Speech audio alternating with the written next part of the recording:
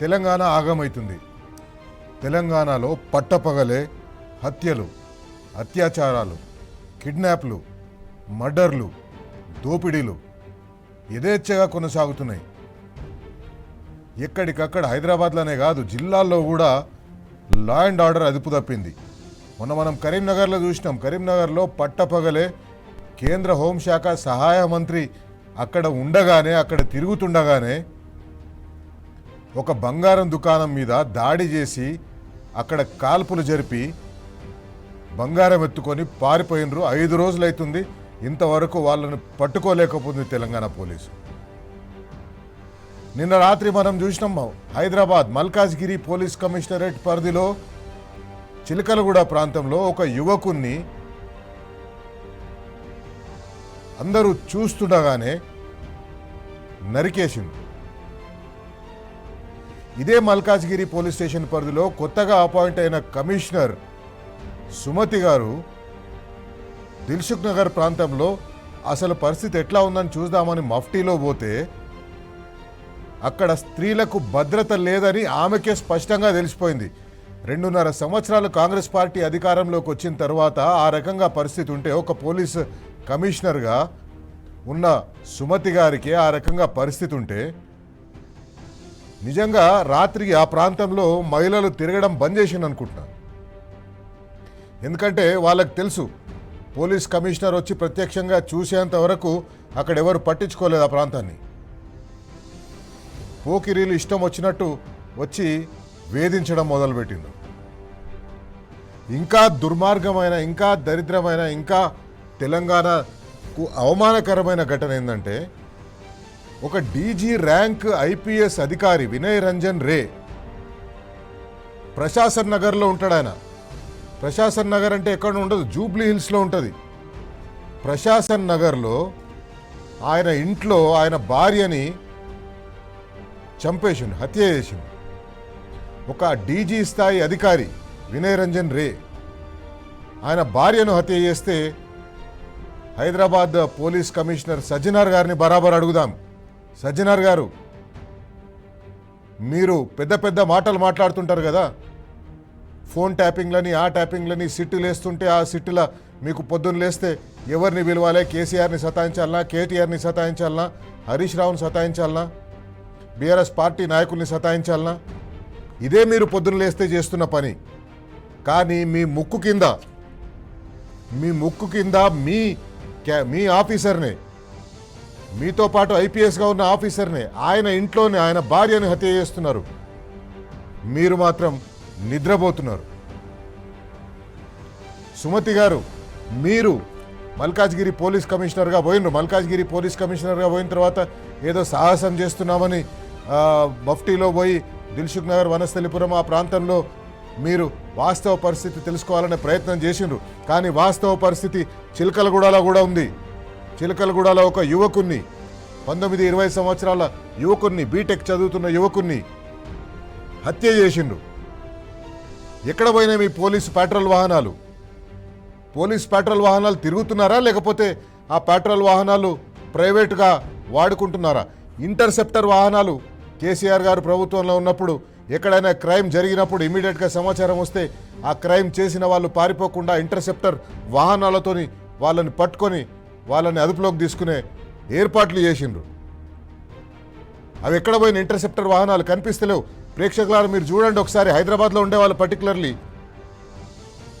మీరు 2023 డిసెంబర్ వరకు ఎక్కడైనా రోడ్ల మీద పోతుంటే అక్కడక్కడ కార్లు పార్క్ చేసుకుని ఉండేవాళ్ళు పోలీసు వాళ్ళు. ఇంటర్సెప్టర్ వాహనం అని ఉండేది, మంచి వెహికల్స్ ఇచ్చిండ్రు పోలీసులకు, కనిపిస్తుండే. ఇప్పుడు మీకు ఎక్కడైనా కనిపిస్తున్నాయి ఆ వాహనాలు? లేదు. ఎందుకంటే ఆ వాహనాలు వీళ్ళు పోలీసులు వేరే అవసరాల కోసం వాడుతున్నారో మరి, లేదా షెడ్డుకు పోయినాయో కానీ ఆ ఇంటర్సెప్టర్ వాహనాలు మనకు కనిపిస్తలేవు. జూబ్లీ హిల్స్లో ప్రశాసన్ నగర్ ఉంటుంది, అక్కడ అందరూ ఐఏఎస్ ఐపీఎస్ ఆఫీసర్లే ఉంటారు, ఇళ్ళు కట్టుకొని ఉంటారు. అక్కడ రిటైర్డ్ ఐపీఎస్ ఐఏఎస్ ఆఫీసర్లు అందరూ అక్కడనే ఉన్నారు. సర్వింగ్ ఐఏఎస్ ఐపీఎస్ ఆఫీసర్లు కూడా కొందరు అక్కడనే ఉన్నారు. చాలా ప్రముఖమైన ఏరియా అది. అక్కడ ఒక ఐపీఎస్ ఆఫీసర్ ఇంట్లో హత్య జరిగింది, పోలీసులకు ఖబర్ లేదు. ఏం చేస్తున్నారు మీ ఇంటెలిజెన్స్ వాళ్ళు? ఏం చేస్తున్నారు మీ పెట్రోలింగ్ వెహికల్స్? పెట్రోలింగ్ పోలీసులు ఎక్కడ పోయినరు? బరాబర్ అడుగుదాం. నేషనల్ క్రైమ్ రికార్డ్స్ బ్యూరో ఈరోజు 2024కు సంబంధించిన ఒక రిపోర్ట్ని విడుదల చేసింది. రేవంత్ రెడ్డి హోంమంత్రిగా ఉన్నాడు, ముఖ్యమంత్రి హోంమంత్రిగా ఉన్నాడు. సిగ్గుతో తలదించుకోవాలి. ఏమాత్రం బాధ్యత ఉంటే రాజీనామా చేయాలి, లేకపోతే హోంశాఖకు వేరే ఆయనను మంత్రిగా నియమించాలి. రాష్ట్రంలో మొన్న కరీంనగర్లో అంత దోపిడీ జరిగితే ఒక్క పోలీస్ ఆఫీసర్ తోటి ముఖ్యమంత్రి మాట్లాడలేదు, రివ్యూలు నిర్వహించలేదు. హత్యలు జరుగుతున్నాయి, పట్టపగలు హత్యలు జరుగుతున్నాయి. ముఖ్యమంత్రి దానికి పట్టలేదు. కమాండ్ కంట్రోల్ సెంటర్లో కూర్చొని రాజకీయాలు చేయడం తప్ప సినిమా వాళ్ళని పిలిచి బెదిరించడం, రియల్ ఎస్టేట్ వాళ్ళని పిలిచి బెదిరించడం, ఇండస్ట్రీస్ వాళ్ళని పిలిచి బెదిరించడం, ఇది తప్ప ముఖ్యమంత్రి మరేం చేస్తున్నట్టుగా కనిపిస్తలేదు. నేషనల్ క్రైమ్ రికార్డ్స్ బ్యూరో లెక్కలు ఒకసారి చూద్దాం. తెలంగాణ ఒక సేఫ్ స్టేట్గా ఉండేది. నేషనల్ క్రైమ్ రికార్డ్స్ బ్యూరో ఎప్పుడు గణాంకాలు విడుదల చేసినా తెలంగాణ స్థానం చివర్లో ఉండేది. కానీ ఈరోజు విడుదల చేసిన national crime records bureau statistics ప్రకారం తెలంగాణ దేశంలోనే హయ్యెస్ట్ క్రైమ్ రేట్ ఉన్న రాష్ట్రంగా ఉంది. ప్రతి లక్ష జనాభాకి 568.9 నేరాలు జరుగుతున్నాయి. ఇవన్నీ కాగ్నిజబుల్ అఫెన్స్, ఎఫ్ఐఆర్లు అయినాయి. కాగ్నిజబుల్ అఫెన్స్ అంటే ఎఫ్ఐఆర్లు అయినాయి. అట్లనే మహిళల మీద నేరాలు, మహిళలకు సంబంధించిన నేరాలు సౌత్ ఇండియాలోనే హైయెస్ట్ ఉంది తెలంగాణ. సౌత్ ఇండియాలో నంబర్ 1 ఉంది తెలంగాణ. 24,495 కేసులు మహిళల మీద జరిగిన క్రైమ్స్కి సంబంధించిన కేసులు తెలంగాణలో 2024 సంవత్సరంలో వచ్చినాయి. ఇంకా మనం అవమానకరంగా తల వంచుకోవాల్సిన అంకె ఏంటంటే అత్యాచారాలు 1,148 అత్యాచారాల కేసులు తెలంగాణలో 2024 సంవత్సరంలో నమోదైనాయి. ఇది కూడా సౌత్ ఇండియాలోనే హైయెస్ట్. సౌత్ ఇండియాలో మనం రికార్డులు బద్దలు కొడుతున్నాం. క్రైమ్ అగేన్స్ట్ ఉమెన్ సౌత్ ఇండియాలోనే హైయెస్ట్, రేప్స్ సౌత్ ఇండియాలోనే హైయెస్ట్.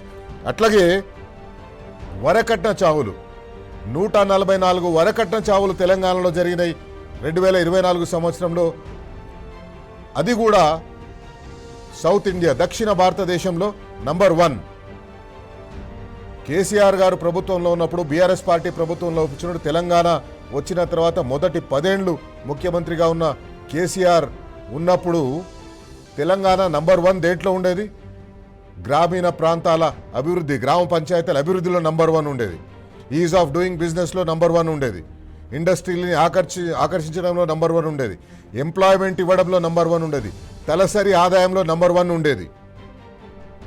అభివృద్ధి సూచికలు, ఏ అభివృద్ధి సూచికలు తీసుకున్నా ఆ అభివృద్ధి సూచికల్లో తెలంగాణ నంబర్ 1 ఉంటుండే. ఇప్పుడు నంబర్ 1 దేంట్లో అవుతుంది? అత్యాచారాల్లో నంబర్ 1 అయింది, మానభంగాల్లో నంబర్ 1 అయింది, కిడ్నాపుల్లో నంబర్ 1 అయింది, మర్డర్లలో నంబర్ 1 అయింది, క్రైమ్ రేట్లో నంబర్ 1 అయింది. 4 కిడ్నాపులు, మీరు ఒకసారి కిడ్నాపులు చూస్తే తెలంగాణలో 2024లో మొత్తం 25,500 మంది మిస్సింగ్ అయినట్టు కేసులు నమోదైనాయి. 25,500 మంది మిస్సింగ్ అయినట్టు కేసులు నమోదైనాయి. దాంట్లో 4,500 మంది ఆచూకీ ఇంతవరకు లభించలేదు. రోజుకు సగటున 6 పిల్లలు తెలంగాణలో కనిపించకుండా పోతున్నారు. 2024లో పిల్లల కిడ్నాప్ కేసులు 3,372 నమోదైనాయి. కిడ్నాప్కు గురైన చిన్నారుల్లో 1,660 మంది బాలికలు ఉన్నారు, 728 మంది బాలులు ఉన్నారు. ఇది తెలంగాణలో ఉన్న పరిస్థితి. ఈ పరిస్థితి ఇట్లా ఉంటే హ్యూమన్ ట్రాఫికింగ్ అంటే మనుషులని తస్కరించడం, హ్యూమన్ ట్రాఫికింగ్లో 2024లో 423 మానవ అక్రమ రవాణా కేసులు నమోదైనాయి. దేశంలో అన్ని రాష్ట్రాలు, కేంద్రపాలిత ప్రాంతాల్లో ఇదే హైయెస్ట్. హ్యూమన్ ట్రాఫికింగ్లో తెలంగాణ హైయెస్ట్. తెలంగాణలో నేరాలు ప్రతి 1,00,000 మంది జనాభాకి 568.9గా నమోదైనాయి. ఎందుకు జరుగుతున్నాయి ఇట్లాంటివన్నీ? రాష్ట్రానికి 2.5 సంవత్సరాలైనా ఇప్పటి వరకు ఒక పూర్తి స్థాయి హోంమంత్రి లేడు. మొన్నటి వరకు పూర్తి స్థాయి డీజీపీ కూడా లేడు.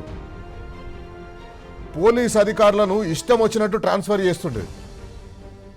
ఒక్కొక్క జిల్లాకు, మీరు జిల్లాల్లో ఈ కార్యక్రమం చూస్తున్న మీరు ఒకసారి మీ జిల్లాలో గమనించండి.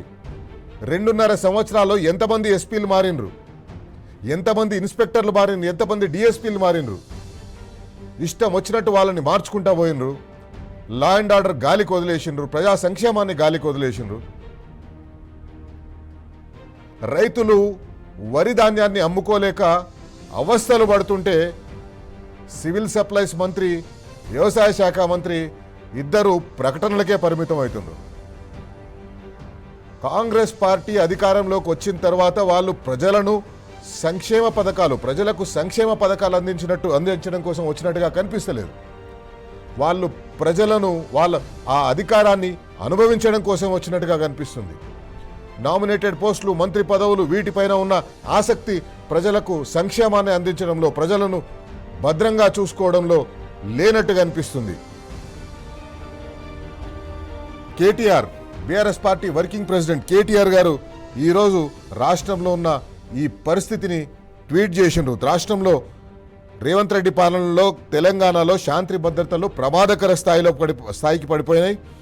పోలీసు యంత్రాంగం మొత్తాన్ని రాజకీయ కక్ష సాధింపులు, ప్రతిపక్ష నాయకులను వేధించడం కోసమే వాళ్లను ఉపయోగిస్తున్నారు. బీఆర్ఎస్ పార్టీ కార్యకర్తల మీద, సోషల్ మీడియా వారియర్స్ మీద, బీఆర్ఎస్ పార్టీ నాయకుల మీద, వాళ్ళ మీద కేసులు పెట్టడం, వాళ్ళ మీద నిఘా ఉంచడం, వాళ్ళని అరెస్ట్ చేయడం, వాళ్ళని జైలుకు పంపించే ప్రయత్నాలు చేయడం, వాళ్ళను బెదిరించడం, భయపెట్టించడం, ఇది పోలీసులు చేస్తున్న పని.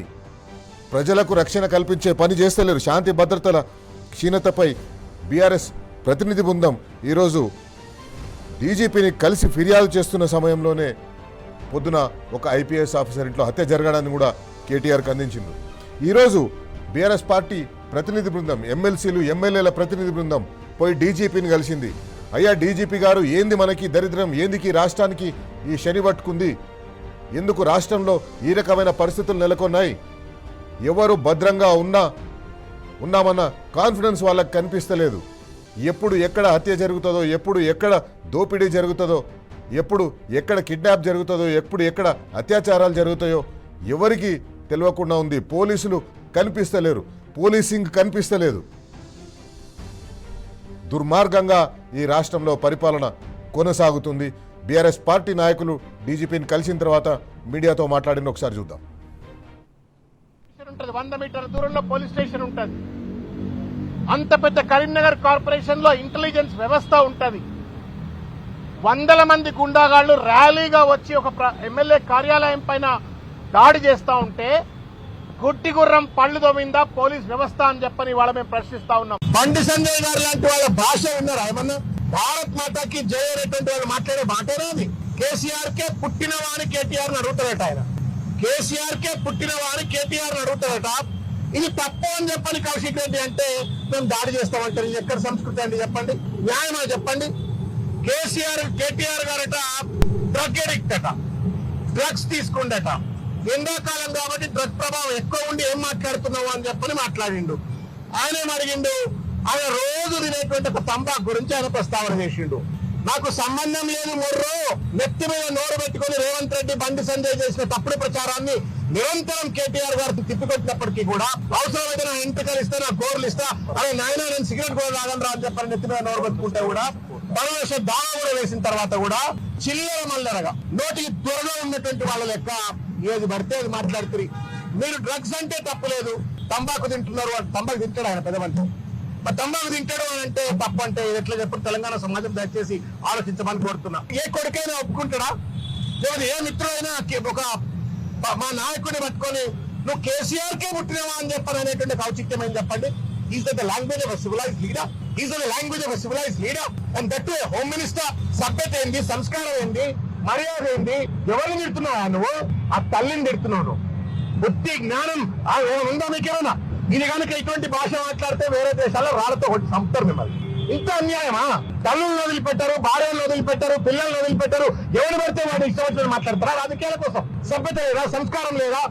ఒక మర్యాదల లిమిట్స్ లేవా? ఏం పడితే మాట్లాడతారా? టీవీలలో చూపెడతారని, ప్లేట్ బ్రేకింగ్ వస్తాయని, పేపర్లలో ఫ్రంట్ పేజ్ న్యూస్ వస్తాయని. ఇదేనా రాజకీయం అంటే? అమ్మలను తిట్టడము, తమ్ముళ్ళని తిట్టడము, కొడుకులను తిట్టడము, పిల్లలను తిట్టడము, లేనిపోని అలవాట్లను అంటగట్టి తప్పుడు ప్రచారాలు చేయడమే రాజకీయమా? మా సంజయ్ గారు చెప్పింది, నేను ప్రెస్ మీట్ చూసిన. నేను దమ్ముంటే విద్య మీద చర్చ చేయి. ఇవాళ తెలంగాణలో దిగజారుతున్నట్టు ఒక విద్య మీద చర్చ చేయి. తెలంగాణ విద్యా వ్యవస్థలో జరుగుతున్నటువంటి ఒక కాంట్రాక్ట్ కుంభకోణాల మీద చర్చ చేయి. ఇవాళ నిరాదరణకు గురవుతున్నటువంటి ఒక పేద వాళ్ళ యొక్క ఆరోగ్య పరిస్థితుల పైన చర్చ చేయి. హాస్పిటల్ వ్యవస్థ పైన చర్చ చేయి. నిరుద్యోగుల పైన చర్చ చేయి. కేంద్ర నిధుల పైన చర్చ చేయి. ఇవన్నీ పక్కకు పెట్టి పట్ల మొక్కల కొనుగోళ్ల పైన చర్చలు చేయమంటే డ్రగ్స్ తీసుకున్నట్టావు. అమ్మ గుట్టేవా అయ్య. శాంతి భద్రతల పరిరక్షణలో కాంగ్రెస్ పార్టీ ప్రభుత్వం పూర్తిగా విఫలమైన విషయాన్ని హరీష్ రావు గారు ఈరోజు స్పందించారు. హరీష్ రావు గారు కూడా రాష్ట్రంలో శాంతి భద్రతల పరిస్థితి దయనీయంగా మారింది. నేషనల్ క్రైమ్ రికార్డ్స్ బ్యూరో గణాంకాలని కోట్ చేస్తూ ఆయన కూడా ఎక్స్ వేదికగా స్పందించారు. దేశంలోనే అత్యంత ఎక్కువ నేరాలు జరిగే రాష్ట్రాల్లో తెలంగాణ మొదటి స్థానంలో ఉందని హరీష్ రావు గారు. ఎందుకు కాంగ్రెస్ పార్టీ ఏం చేస్తుంది? ముఖ్యమంత్రి రేవంత్ రెడ్డి హోంమంత్రిగా ఉన్నాడు. ఏం చేస్తున్నాడు ముఖ్యమంత్రి రేవంత్ రెడ్డి? మాటిమాటికి ఢిల్లీకి పోవడం, కేరళకు పోవడం, వేరే రాష్ట్రాల్లో పెళ్లిళ్ళు పేరంటాలుంటే పోవడం, ఇది తప్పిస్తే ముఖ్యమంత్రి ఏం చేస్తున్నట్టుగా కనిపిస్తలేదు. ఇది హరీష్ రావు గారి ఎన్సీఆర్బీ రిపోర్ట్లో వెల్లడించింది. తెలంగాణ దేశంలోనే నంబర్ 1 స్థానంలో ఉంది క్రైమ్లో అని. ఇది కాంగ్రెస్ పార్టీ అధికారంలోకి వచ్చిన తర్వాత. అంతకుముందు కేసీఆర్ అధికారంలో ఉన్నప్పుడు ఈ అంకెలన్నీ చాలా తక్కువ సంఖ్యలో ఉండేవి, కింద స్థాయిలో ఉండేవి. పోలీసింగ్ కనిపించేది, విజిబుల్ పోలీసింగ్ కనిపించేది. పోలీసులను చూస్తే ఒక రకంగా నేరం చేయాలనుకునే వాళ్ళు భయపడేవాళ్ళు. లక్షలాది సీసీ కెమెరాలు పెట్టినరు హైదరాబాద్ సిటీలో. ఆ సీసీ కెమెరాలు సగం పనిచేస్తలేవు. ఇప్పుడు దిల్సుఖ్ నగర్లో సుమతి గారు అక్కడ పోయి అక్కడ చేస్తుంటే ఈ కమాండ్ కంట్రోల్ సెంటర్లో కూర్చొని వీళ్ళు ఆ కెమెరాల్ని మానిటర్ చేయాలి కదా. సుమతి గారు ఒక్కరు అక్కడ పోయినరు, అక్కడ పోకిరిల్లామని వేధిస్తున్నప్పుడు ఈ కమాండ్ కంట్రోల్ సెంటర్లో ఉన్న వాళ్ళు ఏం చేసిండ్రు? కమాండ్ కంట్రోల్ సెంటర్లో ఉన్న వాళ్ళు ఎంబడే అక్కడ అలర్ట్ చేయాలి కదా అక్కడున్న పోలీస్ పాట్రోలింగ్ వ్యాన్లని. చేయలేదు. నిన్న సాయంత్రం ఈ సమయానికి ఒక హత్య జరిగింది చిలకలగూడ మల్కాజ్గిరిలో. ఆ హత్య జరిగినప్పుడు ఆ సీసీ కెమెరాలు ఏం చేస్తున్నాయి? కమాండ్ కంట్రోల్ సెంటర్ని, ఇంత పెద్ద కమాండ్ కంట్రోల్ సెంటర్ని ఎందుకు కట్టుకున్నాం? లక్షలాది కెమెరాలని ఇక్కడి నుంచే మానిటర్ చేసేటట్టుగా ఎందుకు పెట్టుకున్నాం? ఇవన్నీ అరికడుతందుకే కదా, ఈ నేరాలన్నింటినీ అరికడుతందుకే కదా. మరి ఏం చేస్తున్నారు? ఎవరు మానిటర్ చేస్తున్నారు? ఎవరు మానిటర్ చేస్తలేరు. ముఖ్యమంత్రి కమాండ్ కంట్రోల్ సెంటర్కి ఎప్పుడు వస్తాడో తెలియదు. ఆయన వచ్చినప్పుడు ఏర్పాట్లు చేయడం కోసమే ఈ అధికారులంతా నిమగ్నమై ఉంటారు. కానీ ఆ కమాండ్ కంట్రోల్ సెంటర్లో వాళ్ళు చేయవలసిన పనిని, నేరస్తులను గుర్తించడం, ఎక్కడెక్కడ నేరాలు జరుగుతున్నాయో సీసీ కెమెరాల ద్వారా పరిశీలించి వెంటనే పోలీసులను అక్కడ పంపించడం, ఇది వాళ్ళు చేయవలసిన పని. ఆ పనిని పక్కన పెట్టి ముఖ్యమంత్రికి సేవ చేయడంలో తరించిపోతున్నారు పోలీసులు, కమాండ్ కంట్రోల్ సెంటర్లో ఉన్న పోలీసు అధికారులు. ఇది దుర్మార్గమైన పరిస్థితి రాష్ట్రంలో ఉంది. అందుకే ఈరోజు టీ న్యూస్ వేదికగా బరాబర్ అడుగుదాం. రాష్ట్ర హోంశాఖ మంత్రి, ముఖ్యమంత్రి, హోంశాఖ మంత్రి రెండూ ఒక్కరే. ఆయనను బరాబర్ అడుగుదాం. తెలంగాణ రాష్ట్రానికి కేంద్రంలో హోంశాఖ సహాయ మంత్రి ఉన్నాడు బండి సంజయ్. ఆయన్ని బరాబర్ అడుగుదాం. అడ్డగోలు మాట్లాడడం తప్పిస్తే మాటలు మాట్లాడడం బంద్ చేసి ఈ క్రైమ్ ఎట్లా జరుగుతుంది తెలంగాణలో చూస్తూ మీరెందుకు కూర్చున్నారు? బరాబర్ అడుగుదాం. కేసీఆర్ పాలనలో సేఫెస్ట్ స్టేట్గా ఉన్న తెలంగాణ ఇప్పుడు ఎందుకు నేరాలకు అడ్డాగా మారింది? పట్టపగలే హత్యలు, బ్యాంకు దోపిడీలు జరుగుతున్నాయి. రాష్ట్రంలో అసలు లా అండ్ ఆర్డర్ అనేది ఉందా? ముఖ్యమంత్రి, హోంమంత్రి ఉన్నాడా? హోంమంత్రి శాఖను తన దగ్గరనే పెట్టుకొని ముఖ్యమంత్రి ఎందుకు ప్రజలతో ఈ పరాచకాలు ఆడుతున్నాడు? బరాబర్ అడుగుదాం.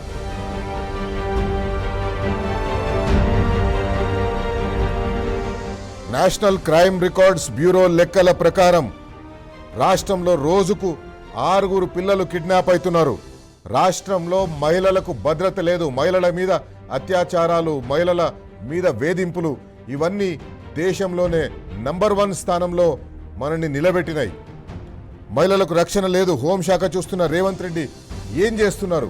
ఏం వెలగబెడుతున్నారు బరాబర్ అడుగుదాం.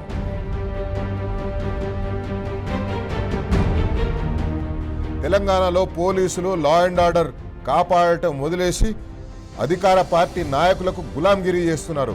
ఎక్కడైనా బీఆర్ఎస్ పార్టీ కార్యాలయం మీద దాడి చేయాలంటే ఆ దాడి చేస్తున్న వాళ్ళ వెనుక పోయి దాడి చేసిన తర్వాత వాళ్ళని ఏదో అదుపులోకి తీసుకున్నట్టుగా, వాళ్ళని దాడి చేయకుండా అదుపు చేసినట్టుగా డ్రామాలు ఆడుతున్నారు.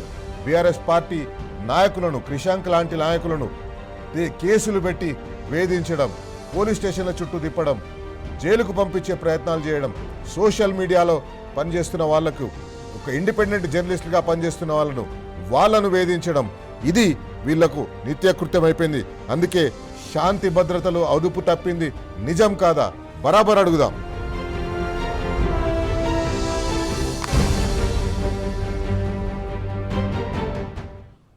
తెలంగాణ రాష్ట్రం 2014 జూన్ 2న ఏర్పాటైంది. తెలంగాణ రాష్ట్రాన్ని సర్వతోముఖ అభివృద్ధి చేయాలని, తెలంగాణ రాష్ట్రంలో శాంతి భద్రతలు ఖచ్చితంగా అదుపులో ఉండాలి, తెలంగాణలో నేరం చేయాలంటే భయపడాలి అనే ఒక ఉద్దేశంతో కేసీఆర్ గారు పోలీసు వ్యవస్థను పటిష్టపరిచిండ్రు. అప్పటి వరకు పోలీసులకు వాహనాలు లేకుండే, డొక్కు జీపులు ఉంటుండే, పాత టాటా సుమోలు ఉంటుండే. కేసీఆర్ గారు ముఖ్యమంత్రి అయిన తర్వాత పోలీసులకు అందరికీ అత్యాధునిక వాహనాలు సమకూర్చిండ్రు. ఎక్కడ నేరం జరిగితే అక్కడికి తక్షణమే పోలీసులు వెళ్ళిపోయేటట్టుగా ఏర్పాట్లు చేసిండ్రు. అందుకే కేసీఆర్ గారు ముఖ్యమంత్రిగా ఉన్నప్పుడు నేరాలు తగ్గినాయి. నేరం చేయాలనుకునే వాళ్ళు భయపడ్డారు. నేరం చేయడానికి వెనక ముందు 2-3 సార్లు ఆలోచించేవాళ్ళు. కానీ ఇప్పుడు ఏం జరుగుతుంది? ప్రశాసన్ నగర్లో పోలీసు అధికారి, మాజీ పోలీసు అధికారి భార్యనే చంపితే అడిగే దిక్కులేదు. పట్టపగలు హత్యలు జరుగుతుంటే అడిగే దిక్కులేదు. పట్టపగలు బంగారు దుకాణాల మీద పడి దోపిడీ చేస్తుంటే అడిగే దిక్కులేదు. పట్టపగలు బ్యాంకు ఏటీఎంలను దోపిడీ చేస్తుంటే అడిగే దిక్కులేదు. పట్టపగలు కాల్పులు జరిపి పారిపోతుంటే అడిగే దిక్కులేదు. ఇది అంతా ఎందుకు జరుగుతుంది? కాంగ్రెస్ పార్టీ పరిపాలనను గాలికి వదిలేసింది కాబట్టి నేరస్తులు స్వైర విహారం చేస్తున్నారు. ఎక్కడికక్కడ నేరస్తులు ప్రజల మీద పడి ప్రజలను చిత్రహింసలకు గురి చేస్తున్నారు. అందుకే ఈరోజు మనం బరాబర్ అడుగుదాంలో ఈరోజు మనతో పాటు బీఆర్ఎస్ పార్టీ సీనియర్ నాయకులు ఎమ్మెల్సీ తక్కలపల్లి రవీంద్రరావు గారు మనతో ఉంటారు. ఆయనతో కలిసి ఈ రాష్ట్రంలో రేవంత్ రెడ్డిని ముఖ్యమంత్రిగా చేసిన కాంగ్రెస్ పార్టీ నాయకత్వాన్ని బరాబర్ అడుగుదాం.